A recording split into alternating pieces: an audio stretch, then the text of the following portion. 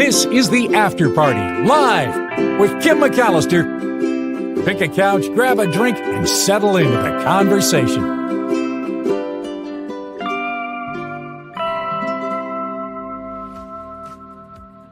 After Party live on a Friday, and I've been waiting for this guy. He's been going fancy at the Critics' Choice Awards, and now he is back. We welcome Tim Sika. It is time for At the Movies with Tim Sika. Thanks for being here, Tim. Hi. Hi, Kim. Thank you for having me. Thank you for being here. And you have been away doing some things, hobnobbing with superstars. How was it? Yeah, the event, the 31st annual Critics' Choice Awards. Yeah, it was, what can I say? It was great. I mean, it's getting bigger and bigger, though, every year. This, I don't know if I ever told you this, but the event itself, the award ceremony, which was televised on E! This year in another network, which I should know. It's another network that we all know. Anyway, E! was sponsoring it. E! Entertainment Network was sponsoring the show. And I don't know if I ever told you, but every year they have it, or for the most part, every year they have it in an airplane hangar, the Barker hangar in Santa Monica, because of how big this award show has gotten. I mean, this place, it's crazy. It's like, it's just a big airplane hangar, but it's vast and huge, so it can accommodate a lot of people. And yeah, it was fun. You know, we had a great table. We had a great bird's eye view of the stage. And, all the celebrities were there. Most of the celebrities that were nominated were there. So yeah, it was it's a Tony Posh thing. What can I say? It's Hollywood, And who were the big winners?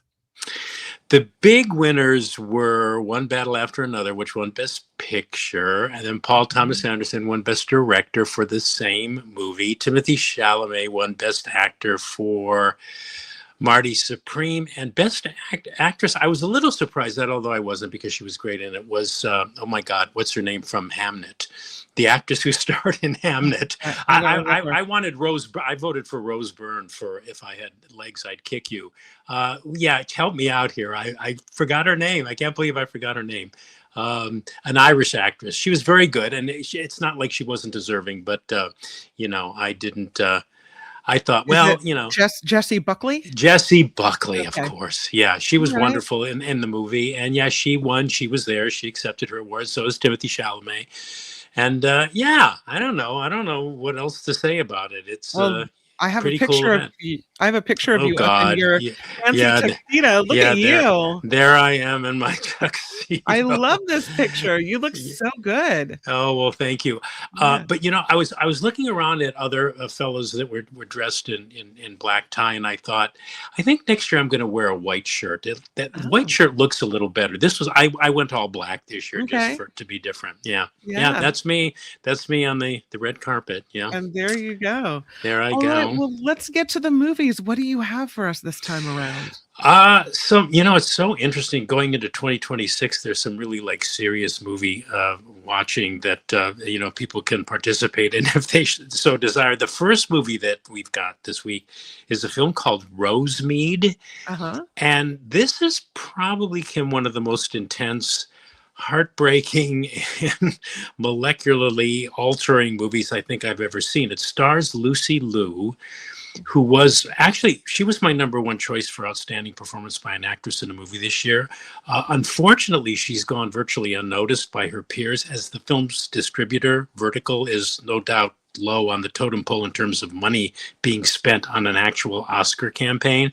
But anyway, so yeah, Lucy Liu plays a Taiwanese immigrant mother who lives in the San Gabriel Valley, and she's dealing with her own terminal cancer while her teenage son develops a severe schizophrenia and an obsession with school shootings, which compel her, which literally force her to confront these impossible choices about his future with her gone, because he's just about to turn 18, and especially his violent impulses. I mean, he's been tracking all these school shootings and stuff. So the implication is that he may snap at any minute. So there's a lot cooking in this movie. It's directed by Eric Lin in his feature film directorial debut. And it's a story God, geez, it's a story about a lot of things. It's about the immigrant experience. It's about responsible parenting and the love of a parent for his or her child. Mhm. Also explored here are like themes of mental health and cultural pressure and cultural stigma and incalculable grief from loss, identity, and I think with an emphasis on the lengths a parent will go to protect their child. Mhm. So it's a film that reeks of unflinching realism.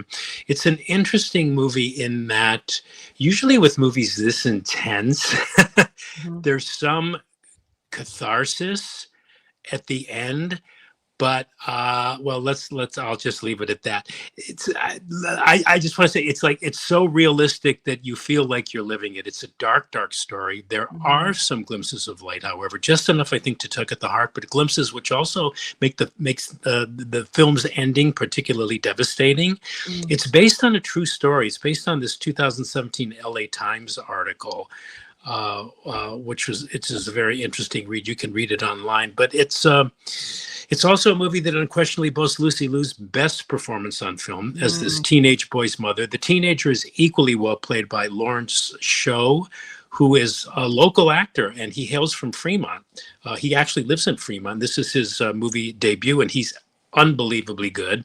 So yeah, this is an incredibly powerful drama. It's a tough watch, but it's worth seeing, and it leaves you with a lot of moral questions to ponder over and to kind of rigorously consider. Yeah, You it know, sounds it's like a kind of punch in. depressing. Sounds Yeah, depressing. well, yeah, it's not a happy movie. It's like a punch in the face, but I would be, I wouldn't be honest if I didn't think that it is a good movie to see. But Yeah. you just got to kind of gird your loins before, going into the theater Mhm. because it's That a is, tough one. It's a tough one. Rosemead. Okay. Yeah, yeah. The next one is The Voice of Hind Rajab. Yeah, this is another socket to the gut drama. Mm. It's a docudrama, actually, to be exact. And it's interesting, it won the Grand Prix at the Venice Film Festival this past September, where, according to online reports, it got a 24-minute standing ovation after its Oh, premiere wow. screening. So the buildup on this, the expectations were pretty high.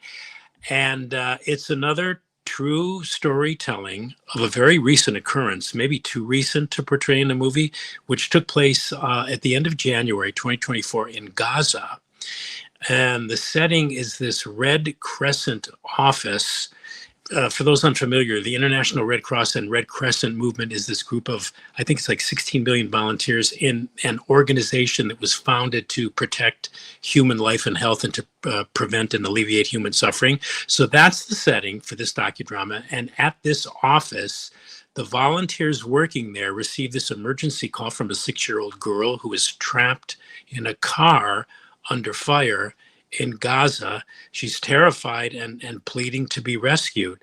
And in the car with her are 5 or 6, I can't remember, family members of hers who lay dead because they were Oh, shot and God. they were shot and killed by Israeli forces. So she's in the car, she's still alive, and she's just begging to be rescued. So, and these volunteers, while trying to keep her on the line, to do everything that they can to get an ambulance out to her to rescue her, they're doing everything they can. The girl's name was Hind Rajab. And this is a So true story? true story, hence the title of this Oh, picture. yeah. Yeah, it happened. This is an actual incident that happened, I think, January 29th, 2024 in Gaza. It was Mhm. online. I missed it. So this movie was like a revelation to me. And as a movie, as a story, as a suspense entertainment, it's impeccably well made. It's directed by this woman, Kather Ben-Hania. But Kim, when I watch these kinds of films, movies which take a real life horror event and then dramatize it for entertainment Mhm. purposes, I cringe a little bit. They can sometimes feel, even though they are well intentioned, they can sometimes feel somewhat exploitive. And yet, maybe the counter argument to that might be that this movie is the only way people will discover and learn to know about Sure. this incident. I mean, it was news to me, which does very effectively dramatize the real horror of war, which for Mhm. me, the real horror of war for me is the traumatic effect. And even if the child survives, the uneasy aftermath of what war does to the psyche, of innocent children. So it's a particularly strong film. And I could be wrong about this, but I believe that the actual recordings of the 6-year-old girl, Hind Rajab, were used in the film, which the actors act off of, which naturally lend this film a particularly devastating verisimilitude. It's another punch to the gut drama, really, that's starting out the 2026 movie year on a very serious and sober tone, like Rosemead. Yeah, it's tough, it's sad, but it's a must-see. Before I stop here, too, worthy of special note and particularly interesting and beautifully rendered in this movie are the Red Crescent office scenes, which very powerfully depict how truly complicated, harrowing, and frustrating these kinds of rescue missions can be in terms of official policy, politics, protocol, and the pressure, the intense pressure it places upon those individuals attempting this level of rescue in a war-torn area like Gaza, which is so very much in the news today. So yeah, it's a sad, sad movie, but I wholeheartedly recommend The Voice of Hind Rajab.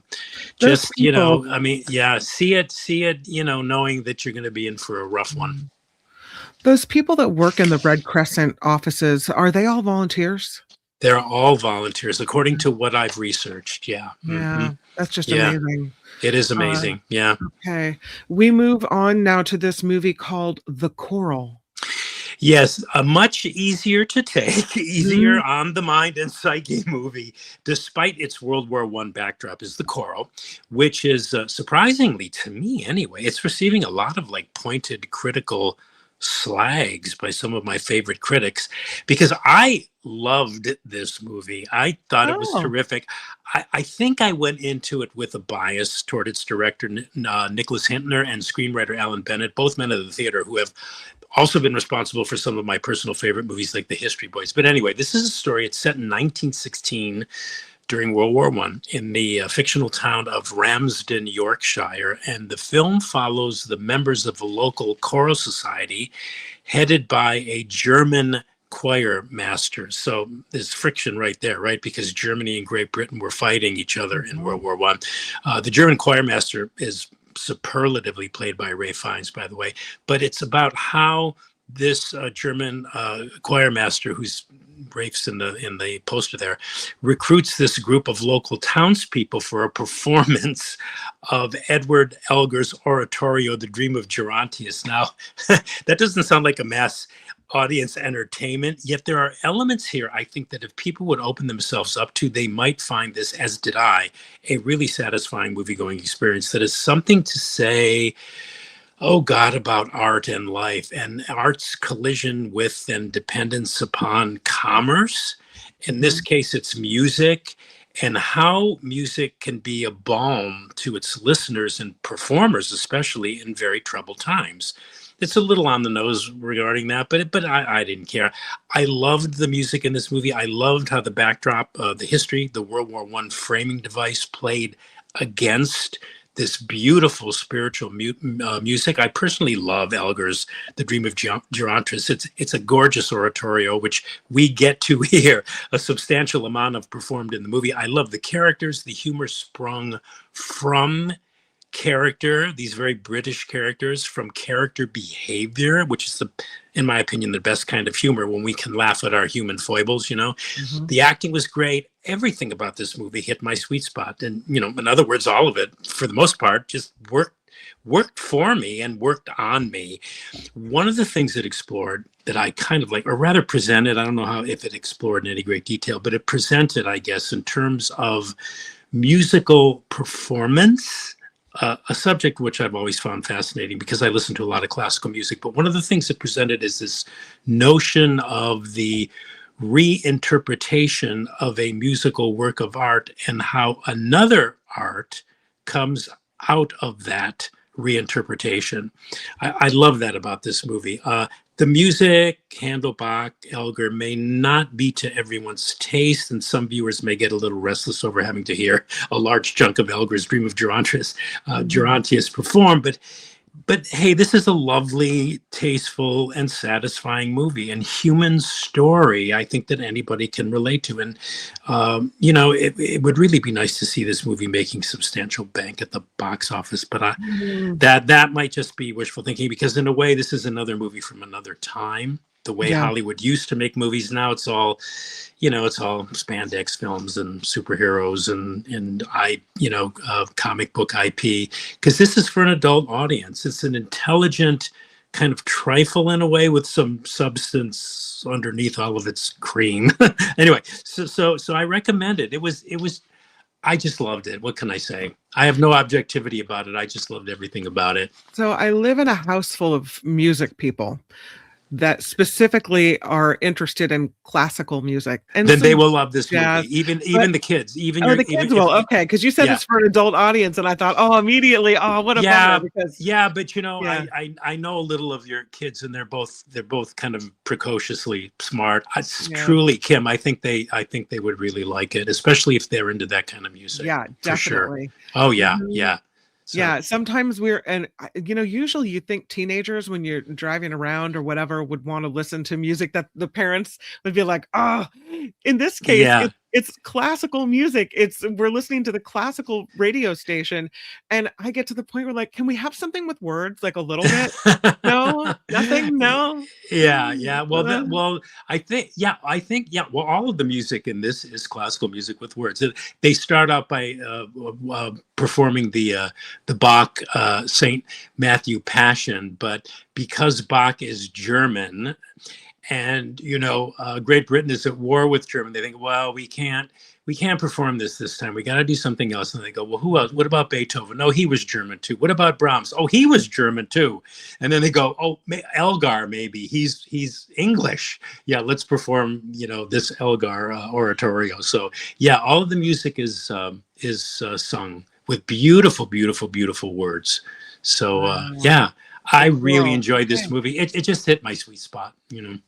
Tim Sika's classic movie recommendation of the week is Yay! Mass Mass Appeal. Appeal from I have never 1980. seen this movie I in know. You know what? That's what everybody says, and that's 1984. And yeah. so, Now, yeah, go ahead. Yeah, you would I was think gonna I say would have Mass. seen it because it's from the 80s, but no. Yeah, this is 42 years old, I think. But now, look, Mass Appeal may not be a quote unquote classic movie in the truest sense of that word, Okay. although it was released 42 years ago. Holy heck! I saw this movie in my early 20s in a movie theater. God, in an empty movie theater, come to think of it, because it performed poorly, very poorly at the box office. But yeah, okay, so what am I saying? Okay, it may not be considered a quote unquote classic movie in the traditional sense, but it's a movie I really love. And it's an under the radar one, which I want to bring to the attention of watchers and listeners of the After Party Live, because I think more people should see this movie, and hardly anyone I know has even ever heard of it. Right. Every time I mention it, I get the response that you just gave me, like, what? I never heard of that. And it was a movie from the 80s. I know.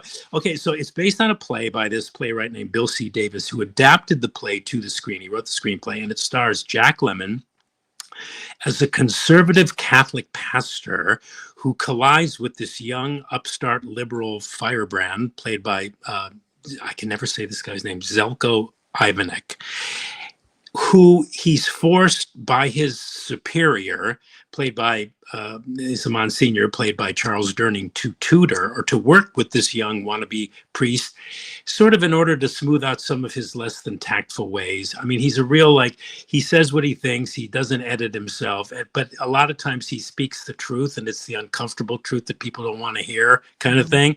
So they say, okay, if you want this guy to be ordained a deacon, you have to work with him. That's what his superior, Jack Lemmon's superior, says. So he begrudgingly takes this young wannabe priest on, and it's a wonderful comedy drama. Catholics especially will totally relate. It's beautifully written and acted. It's very funny. It's very insightful. There's some really priceless, funny, and very witty dialogue exchanges between the two leads, between Lemmon and Ivanek. And the movie has a lot to say about religion and religious belief, and religion is an institution, and how we might learn from those who, even though are after the same thing as we are, have completely diametrically opposed methods in how to get to the same place we all want to go. So it's just a note perfect little gem. Nobody knows about this movie. I don't know why it didn't do well. It makes no sense to me, but it's a note perfect little gem that I want to bring to people's attention. And I just, unfortunately, Kim, as right before we went on, I looked up because I thought, God, well, where can people see this movie? And unfortunately, I think it's apparently even not available at present, although don't quote me on that, on any no. on any streaming service, although it might have squeaked by on YouTube, but I didn't check that. But for those who still collect physical media, it's available on a Blu-ray disc from Kino Lorber, which is how I watch it regularly at home. In fact, I have it right here on my desk because I looked at it again. I look at it regularly, like twice a year. It's just a wonderful, wonderful movie. And Lemmon is great. Jack Lemmon is superb. It's funny. It's human. It's just a great story. And I wish more people could see it. Usually, this is weird, but usually when you look up a movie, you're able to purchase it from Amazon and like rent it online, even if it's not streaming on one of the services. Right. So it's weird that it wouldn't be available in that way. Yeah, but it follows because, again, it's this, I don't want to say it's a lost movie. In a way, it's a kind of a lost movie because, and even now, but there's so many obscure titles of films and so many other films that you can rent or you can stream or you can at least, go on Mubi or something and watch. But I don't know. I don't know about this one. So anyway, hopefully somebody in the right place will hear what we're talking about and license it for streaming. I'm looking it up, and here's what they say. Yeah. They say you can buy it for $10 at Fandango at home. Oh, good. Or you could stream it for free on Apple TV if you get a 7-day free trial. Oh, okay. Well, then I stand corrected. I didn't know there was a Fandango at home. God, how did we keep track of all these? So Fandango at home. I thought Fandango was just buying tickets to movie theaters. You can. I learned something. Movies at Fandango at home, I guess. I don't know. Yeah. Okay. So you can Fandango at home, or you can rent it on Apple TV Plus. That's great. Oh, that's great news. Okay. So folks, listen, watch it. Yeah. I was looking up pictures for this movie, and I found a mass appeal from 2024 as well, and I don't know what that's about, if it was remade or what. No, I don't know what that was either, and I kind of didn't look at it because I was kind of rushing here this morning. Yeah. So I don't know what that is, but we can, we don't want that one. We want the we don't want that one. We want the one from 1984 with there we go. Jack Lemmon. They're giving what his protege calls song and dance theology. Oh, that's funny. Well, yeah, he says things that he knows his parishioners want to hear, while the young upstart is sort of like, hey, come on, don't massage them in this way, tell them the truth kind of thing. It's a really wonderful movie, really. Let's recap it. The first movie you were talking about is called Rosemead, and you said this one's about mental health and the immigrant experience and parenting, and you said it reeks of unflinching realism. So realistic, you said you felt like you were living in it. Yeah. The ending devastating. You said Lucy Liu gives an amazing performance. Lawrence Shaw from Fremont plays the son, and you said he was great in this movie too. This movie you called good but hard to watch, and you should be ready for what's coming, even though you say it's worth seeing. That Absolutely. Yeah. Rosemead. Another one similar in that it's hard to watch but necessary, Hind Rajab. You said this one is based on a true story. As a suspense story, it's very well made. But you have an issue with dramatizing real life experiences for our entertainment, and it brought up issues for you of exploitation versus the necessity of bringing the story to people so that people know what's going on in the world. Yeah. You said it's a very strong film, and there are actual recordings of this girl that's in peril that were used in the movie. You called it a gut punch drama, but you said it is sad, but it is a must see. This is Hind Rajab. I think it's also a foreign language film, right? Yeah, it's all in English subtitles. Yeah. Yeah. The Coral.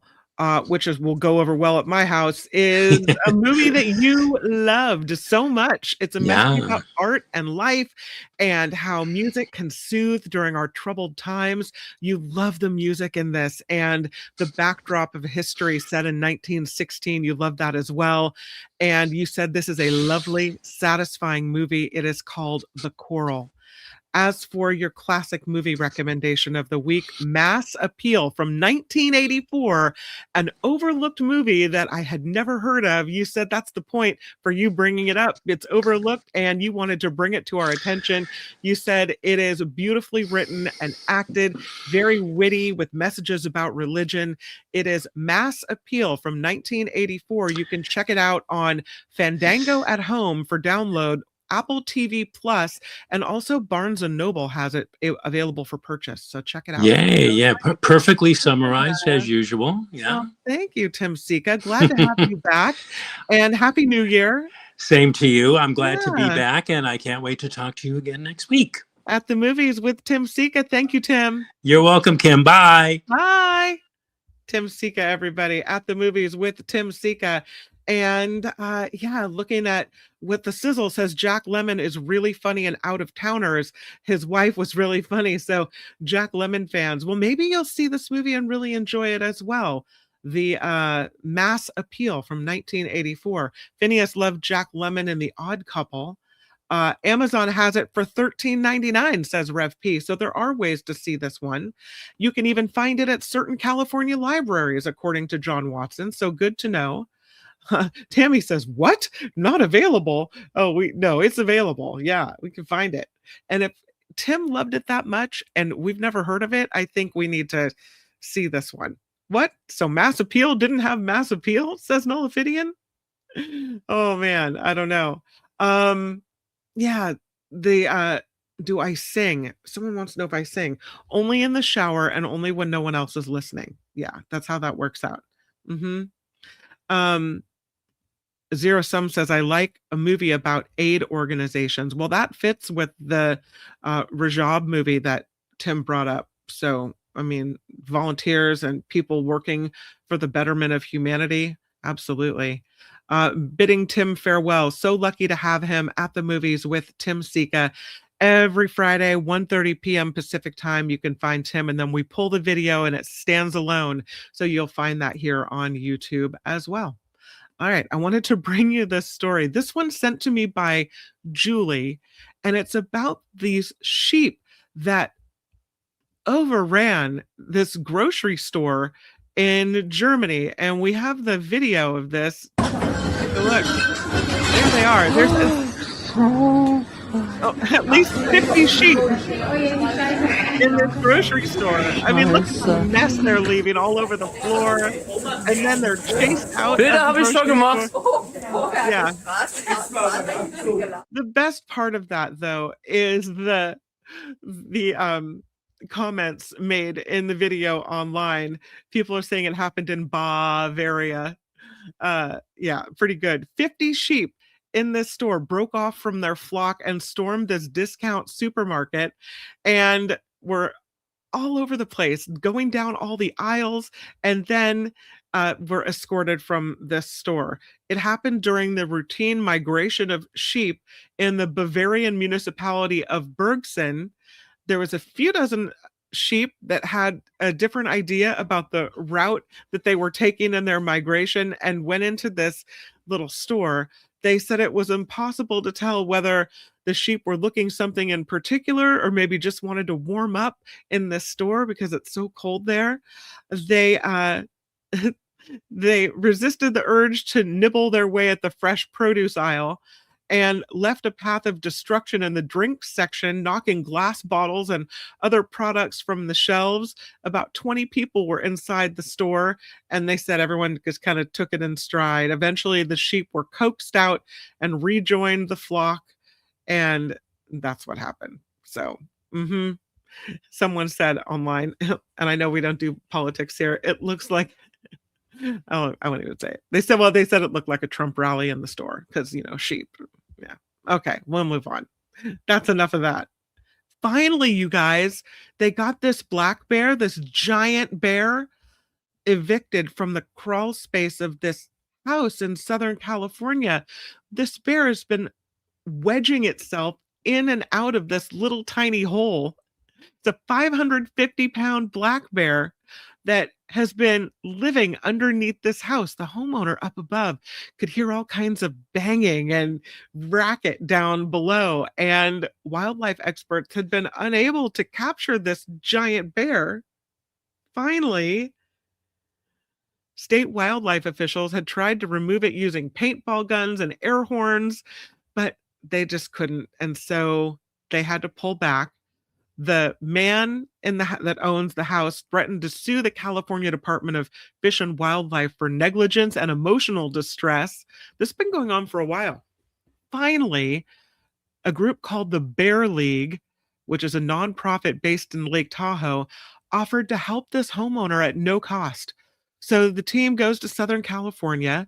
They use methods that other state agencies used, including paintball guns, and they completed the job in about 10 minutes. The Bear League just jumps in and gets the job done. They said the guys went in, they crawled in behind him, and boom, he was out. The bear returned 2 nights later to climb back into the crawl space, but found an electrified mat over the opening that gave it a tiny zap. And so the bear just took off. So will it be gone for good? Don't know, but this is not a place that the bear needs to come back to. The homeowner says this was definitely a late Christmas gift, the removal of this bear from his property. This bear did a lot of damage underneath the home. There's a gas line that was ruptured. They're now doing a GoFundMe for donations so this man can make $7,000 worth of repairs to his home. So far, this GoFundMe account has raised $4,424. He's looking for $7,000, and he's got pictures of the damage up on his GoFundMe account. Yeah, here's what he writes. Hi, my name is Ken Johnson, and I'm asking for help because I'm in a situation I never imagined. A 500-pound bear has been living under my home in Altadena for more than a month and has caused tens of thousands in damage. Right after surviving the Eaton fire, he says, I lost my job, and shortly after that, the bear began tearing into the structure of my home.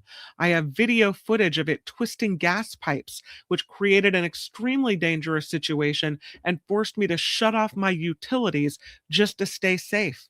I've reached out for help to the state, but the state has declined to get involved, leaving me fully responsible for the cost of removal. Professional traps, safety measures, and repairs are incredibly expensive, and I'm being forced to pay for it all myself while unemployed. He said, I'm asking for help to cover the cost of repairing the damage, making my home safe, and removing the bear, and any donation would mean the world. So there he goes. And so far, again, more than 4,000 of the 7,000 asked for raised to help this California homeowner who just went through the craziest thing. Wild. I don't know if you saw this picture. This picture was taken from space, and it is lightning from up above. So it's taken from space over Italy. That is what lightning looks like from the other side. We know, we've seen it from the underneath side. This is what it looks like from up above. NASA astronaut Nicole Ayers spotted the summer storm while aboard the International Space Station. This so interesting. The kinds of storms, superheated plasma, this explosive kind of storm where air molecules are ripped apart, can span hundreds of miles. But she said on July 1st of 2025, she documented this look at lightning over the city of Milan, Italy, with a bright blue bolt seen illuminating this inside of a storm cloud above Italy. Storm observations from the space station help scientists study Earth's upper atmosphere, which can improve weather models and predict communication systems and aircraft, according to NASA. So while this isn't a rare occurrence, ISS crew members routinely photograph Earth from orbit, looking at how meteorological events and human activity change the surface of our planet. But they say visual data like this can help scientists assess natural disaster impacts and improve response efforts and understand changing weather patterns as well. They said also analyzing lightning can aid in both saving human and plant lives. So, super interesting. She took her picture far away from lightning's direct effects, but they think this picture will still be able to help researchers better understand what's happening. So interesting how lightning looks from above. I have another story about our weather and phenomenon. Look at this. It's a blue iceberg. This is a massive, massive iceberg. It's called A23A. This thing is bigger than New York City. Huge. But they say its days are numbered because it's looking pretty blue, which means it's covered with blue meltwater. This is one of the largest and longest lived icebergs ever tracked by scientists. But now they say A23A is at risk of completely disintegrating as it drifts through the warm southern Atlantic waters. Not looking good. In 1986, this iceberg broke away from the Filchner ice shelf in Antarctica. And when it broke away, it was about 15,000 square miles. That's twice the size of Rhode Island. Today, the United States National Ice Center says the area of this iceberg is 456 square miles. So in the 80s, it broke off. It was 15,000 square miles.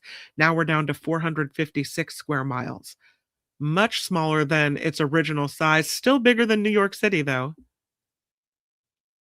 And then it had some sizable breakups over the summer as it moved into the southern hemisphere's relatively warm summer conditions by December.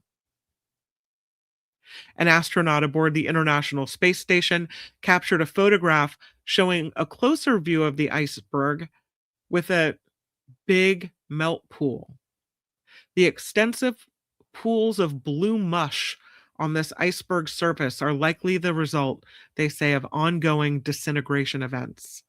You can see the weight of the water sitting in the cracks in the ice, forcing them open, according to experts. The thin white line around the outer edge of the iceberg holding in the blue meltwater. They call it a rampart moat, caused by an upward bending of the iceberg plate as its edges melt at the waterline. That, according to Ted Scambos, who is a senior researcher with the University of Colorado Boulder. The blue and white stripe patterns likely due to striations put into the ice hundreds of years ago when this ice was dragged across Antarctic bedrock. They said that's pretty impressive that these striations still show up after so much time has passed and massive amounts of snow has fallen, and then there's a great deal of melting occurring from below as well. This iceberg, they said, may also have sprung a leak. The white area to the left could be the result of a blowout when the weight of the water pooling at the top of the iceberg creates enough pressure at the edges to punch through. And those are all signs that this iceberg could be days or weeks away from completely disintegrating. They don't expect A23A to last through the austral summer. With clearer skies and warmer air and water temperatures during summer in the southern hemisphere, it can accelerate the disintegration process. They call this a graveyard for icebergs. And climate change is only speeding up this process. So we say goodbye to A23A, bigger than New York City right now, but on the way out. It's not looking very positive. There is a new asteroid. It's a newly discovered asteroid, I should say. Perhaps not new, but new to us. And it's fast. It's spinning at record-breaking speed. The new Vera C. Rubin Observatory is where it was spotted. Among the 2,000 asteroids detected last year, by the telescope operated by the National Science Foundation. 19 are classified as super fast or ultra fast rotators. They have a new study published in the astrophysical journal Letters saying one of these objects is the fastest known asteroid larger than 500 meters. It completes a full rotation in about 2 minutes. The study examined 76 asteroids, including 16 super fast rotators spinning between 13 minutes and a little over 2 hours. 3 ultra-fast rotators complete a full spin in less than 5 minutes. It's notable because most asteroids are considered rubble piles, made up of smaller rocks held together by gravity. But the spin rates can give astronomers clues about what these asteroids are made up of. The asteroid, roughly the size of 8 American football fields, must be made up of exceptionally strong material to avoid flying apart as it spins around once every 1.88 minutes. Almost 2 minutes. Astronomers say clearly this asteroid has to be made of material that has very high strength in order to keep it in one piece as it spins around through the cosmos so rapidly. They calculate it would need a cohesive strength similar to that of solid rock, which they said is somewhat surprising because most asteroids are these piles of rubble. Another newly discovered asteroid not far behind with a rotation period of about 1.9 minutes. And they say what stands out about this is how fast these discoveries were made. Just over 10 hours of observation rather than months. The Rubin Space Telescope expected to create the largest astronomical movie of the Southern Hemisphere night sky over a 10-year period. And they can't wait to see what else it uncovers. So there's some fast spinners out there. I have some sad news. I don't know if anybody had ever been to Amy's. It's a fast food restaurant, but it's vegan and serves, the vegan burritos and the hamburgers that aren't hamburgers. They have French fries and they have salads, everything a little more healthy. And every time I had ever been to this restaurant, there was one in Mill Valley, and I used to stop on the way home from KGO sometimes, and there's one in Rohnert Park. Both of them, massive lines, always people waiting. And that's why the story surprised me, because they're closing down the very last one in Rohnert Park now. They already closed the one in Mill Valley. There was one in the South Bay. That one was shuttered as well. And now we've got the very last Amy's drive-through chain being closed down. This one in Rohnert Park. They opened it in 2015. And again, it looked really, really popular. Always a huge line. It was the first organic vegetarian drive-through in the country. The Rohnert Park location, not far away from the casino in Rohnert Park, once there were 4 of these restaurants. They had one in Southern California as well, and Roseville in the Sacramento area, one in Thousand Oaks, one in Corte Madera, one in Rohnert Park, and now the last one left is a restaurant, not a drive-through, but a restaurant at the San Francisco International Airport in Terminal 1. Amy said this decision to close came during a challenging period for restaurants nationwide. So they're now going to focus on their line of vegetarian frozen and convenience foods. And that's it for the restaurant. What a bummer. I would have thought that would have been more popular. Here's something else that's a bit of a bummer. They're changing things up at Disneyland. And now, one of the major perks of staying in these fancy hotels, going away. It was one of the reasons you could maybe justify spending more money to stay in a Disneyland hotel property.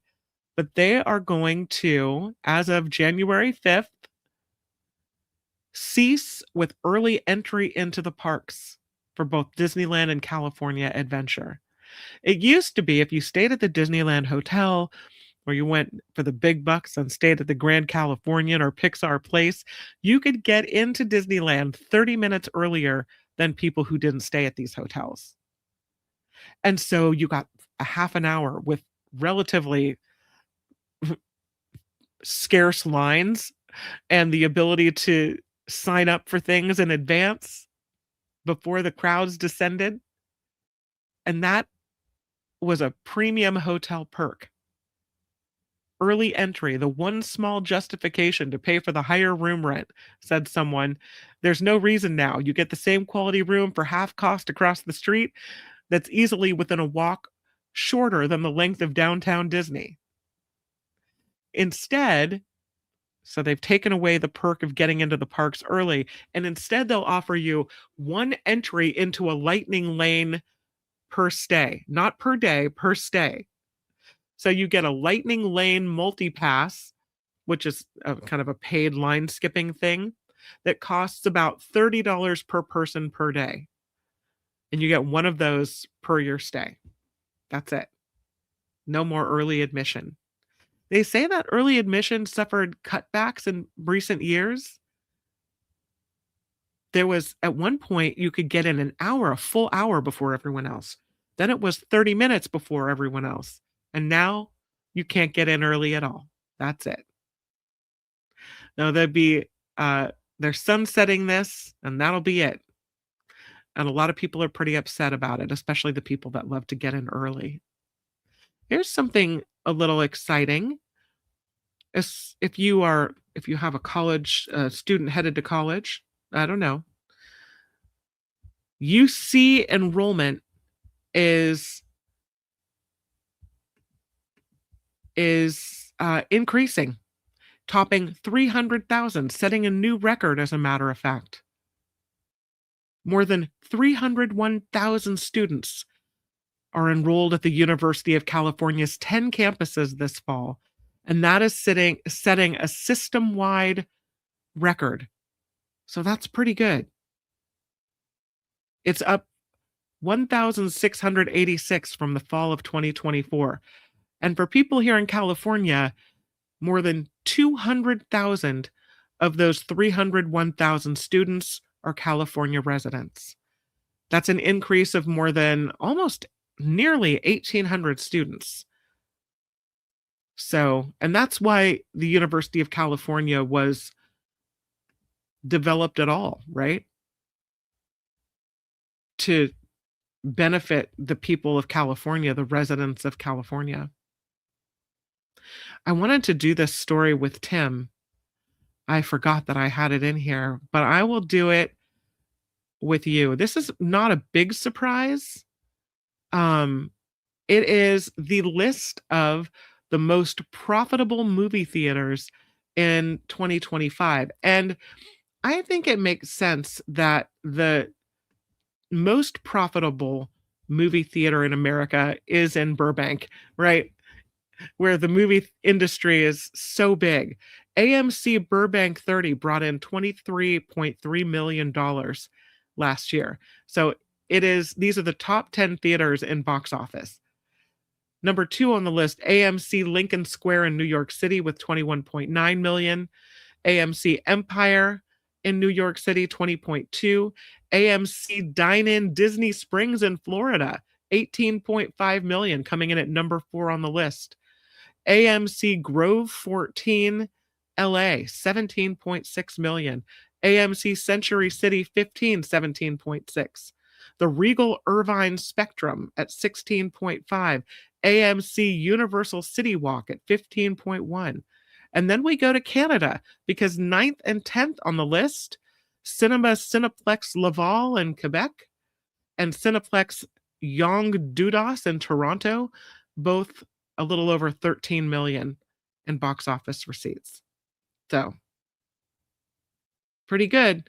Again, the most profitable movie theaters in 2025. All right. I think that we can move on into our weekend with great spirit, having ditched the politics, talked movies and animals and science and space.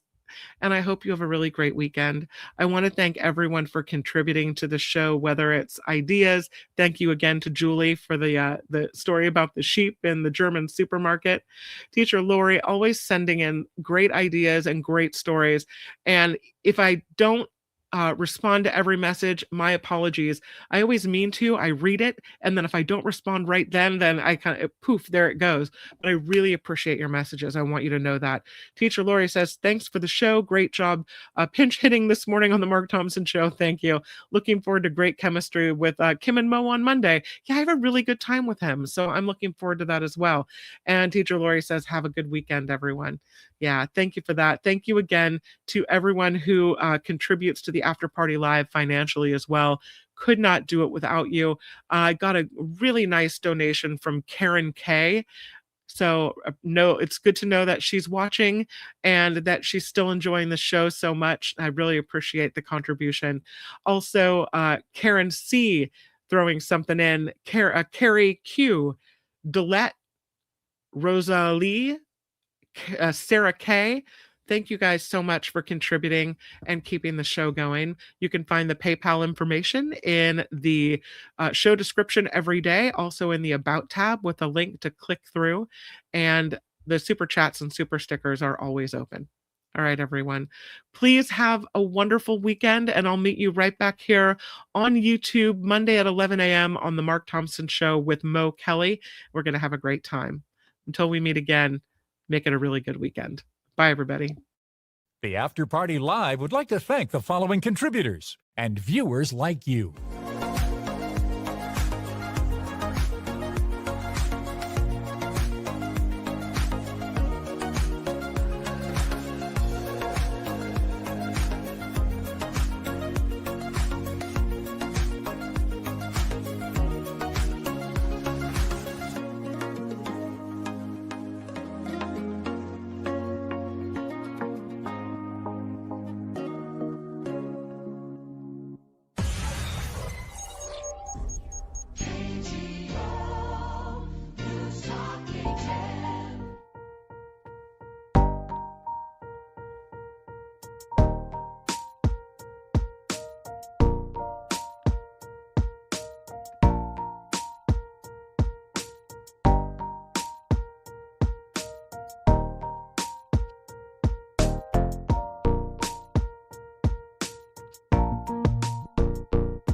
Hey, yay for Phineas.